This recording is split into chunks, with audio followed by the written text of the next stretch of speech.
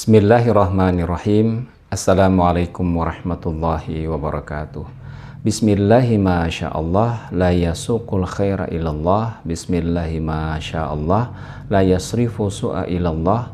Bismillahi ma sya'allah ma kana min ni'matin faminallah. Bismillahi ma sya'allah la hawla wa la quwwata illa billah. Subhanaka la ilma lana illa ma 'allamtana innaka antal alimul hakim wala haula wala quwata illa billahil aliyil azim. Hadirin rahimakumullah yang dimuliakan Allah Subhanahu wa taala. Alhamdulillah kita telah disampaikan Allah di 10 terakhir di bulan Ramadan. Di hari ke-21 ini mari betul-betul kita kencangkan ikat pinggang kita untuk betul-betul beribadah kepada Allah Subhanahu wa taala. Kita manfaatkan malam-malam, detik-detik malam untuk taqarrub kepada Allah Subhanahu wa taala, memohon ampun kepadanya. Kiranya Allah mempertemukan kita dengan malam 1000 bulan, malam Lailatul Qadar.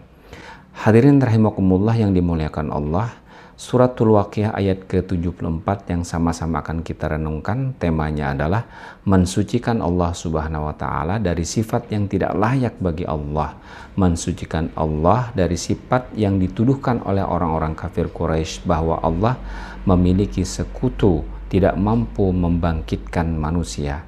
Firman Allah Subhanahu wa taala, A'udzu billahi minasy syaithanir rajim. Bismillahirrahmanirrahim. Fasabbih bismi rabbikal azim. Maka bertasbihlah dengan menyebut nama Rabbmu yang maha besar. Hadirin yang dimuliakan Allah Subhanahu wa taala, setelah ayat-ayat yang lalu mengangkat kenyataan-kenyataan yang dialami manusia primitif maupun modern yang dapat menjadi kuasa Allah Subhanahu wa taala, bukti kuasa Allah Subhanahu wa taala bahwa Allah mampu membangkitkan dari kematian. Dalam kenyataannya kaum musyrikin Mekah pada saat itu dihadapkan dengan ayat-ayat tersebut, mereka masih bersikeras mengingkari. Kemudian Allah Subhanahu wa taala mengarahkan pembicaraan kepada Nabi Muhammad SAW.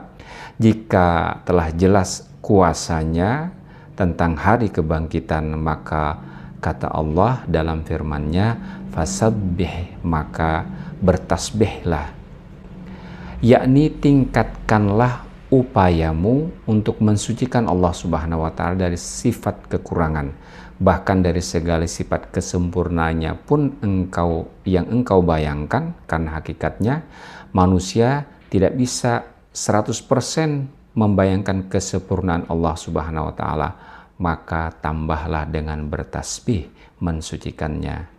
Fasabbih bismi rabbikal azim. Maka bertasbihlah dengan menyebut nama Rabbmu yang maha besar.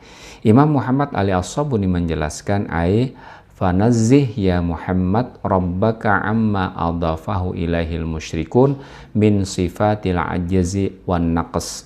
Maka wahai Muhammad, sucikanlah Tuhanmu dari apa yang disifatkan oleh orang-orang musyrik Mekah, yaitu sifat lemah dan kurang, dan ucapkanlah subhana man khalaqa hadhil asya'u biqudratih.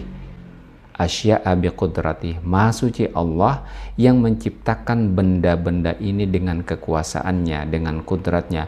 Wasakharaha lana bihikmati, dan menundukkan kepada kita dengan kebijaksanaannya. Subhanahu ma'azama sya'nihi wa akbara sultani, betapa agung sifatnya dan betapa besar kekuasaannya. Imam Al-Qurtubi sedikit menambahkan dan tetap mengkaitkan tasbih ini dengan ayat-ayat sebelumnya tentang kebangkitan. Kalimat fasabbih bismi rabbikal azim fanazzih Allah amma adafahu ilaihil musyrikun minal andadi wal ajzi anil ba'thi. Sucikanlah Allah, bersihkanlah Allah dari apa yang dikaitkan, yang dikatakan orang-orang musyrik seperti ada sekutu baginya dan Allah tidak mampu membangkitkan manusia. Imam Ibnu Katsir menjelaskan kalimat fasabbih bismi rabbikal azim, maksudnya adalah dengan kuasanya dia telah menciptakan segala sesuatu yang beraneka ragam dan berlawanan pula air segar lagi tawar dan dingin yang jika Allah menghendaki, niscaya Dia akan menjadikannya asin seperti halnya air lautan yang terbentang luas. Dan Dia juga menciptakan api yang dapat membakar padahal dari tumbuhan yang hijau, dan padanya Dia menjadikan kemaslahatan bagi hamba-hambanya, dan Dia jadikan semua itu sebagai manfaat bagi manusia dalam kehidupan di dunia mereka, sekaligus sebagai peringatan akan adab di yaumil akhir. Hadirin rahimakumullah yang dimuliakan Allah, kata sabbaha mendapat imbuhan berupa tasydid pada huruf ba, wazannya fa'ala, berasal dari kata dasar sabaha yasbahu sabhan yang arti harfiahnya adalah berenang. Hakikat berenang adalah menjauh, berpindah dari satu titik ke titik yang lain. Ada diksi kata menjauh di sini makna awalnya, makanya sabbaha artinya menjauhkan. Sabbaha dalam arti menjauhkan, artinya menjauhkan Allah dari sifat-sifat yang tidak layak bagi Allah Subhanahu wa Ta'ala. Dan dari sinilah kemudian sabbaha, kemudian tasbih. Sabbaha yusabbihu tasbih artinya mensucikan Allah dari sifat-sifat yang tidak layak bagi Allah Subhanahu wa Ta'ala. Sedangkan huruf ba dalam bahasa Indonesia artinya dengan, pada kata bismi yang kalau dipenggal dibaca bi ismi, dinilai oleh sementara ulama sebagai sisipan yang fungsinya mengukuhkan perintah bertasbih atau berfungsi menjelaskan cara yang dapat membantu bertasbih tersebut, yakni bertasbihlah dengan cara menyebut nama Tuhanmu. Subhanallah, subhanallah, subhanallah.